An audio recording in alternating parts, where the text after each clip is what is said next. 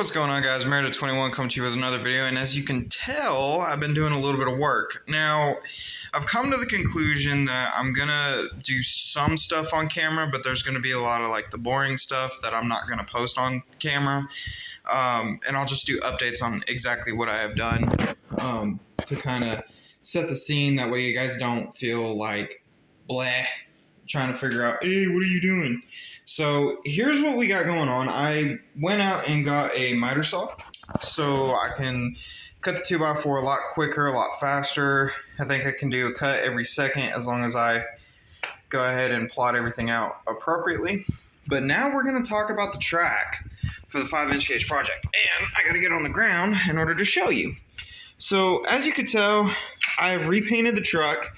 I've actually repainted the metal wheel too, just so that way it matches everything else, and I think it came out good.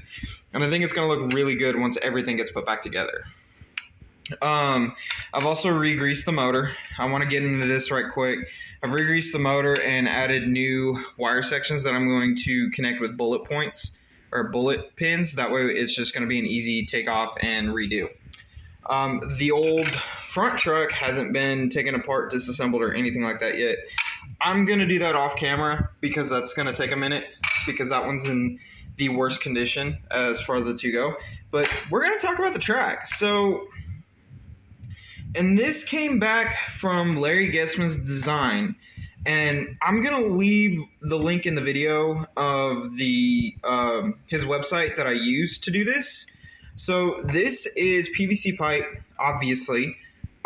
This is specifically for electrical PVC pipe. Reason being is because it's UV ray resistant, and that kind of just makes sense for it being UV in case it's outside or anything like that for an extended period of time. Now, what I've done, as you can tell here, it's connected to these 2x4s that are acting as railroad ties. Now, how do I connect them? That's simple. Flip the whole track upside down and use this jig I've created, which I'm going to have to do something about these grooves because I kind of overdid it, but it does work, but it could be better. I'll drill holes through the pipe will sit here. Like, if I could do this one-handed, I cannot. Just to kind of show it off. So that's how the pipe sits like that. As you can tell, there's a massive gap between tie and the top of this, or the rail and the top of that, and that's where the tie would go.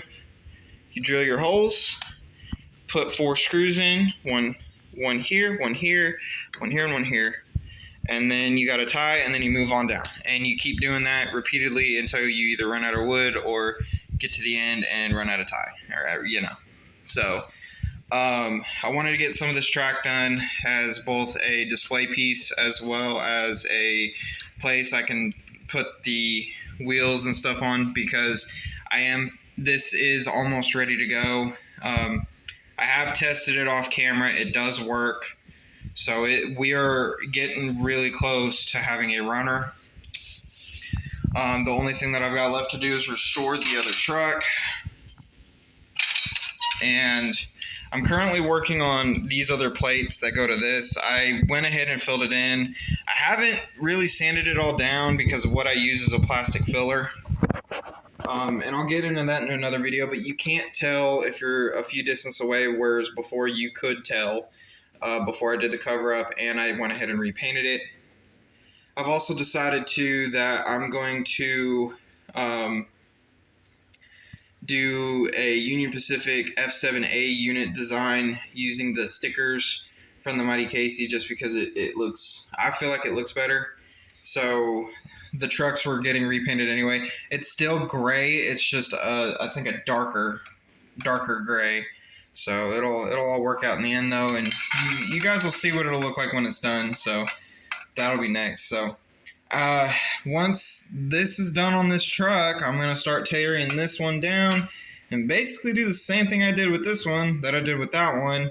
Sand the paint or sand the rust off, clean off the wheels, sand the rust off the bottom. Go ahead and make any repairs that I need to on the plastic trim pieces on the trucks, clean everything up, paint, and then put it back together, and then we'll be working on the main part, which is the body, which, if you give me a second,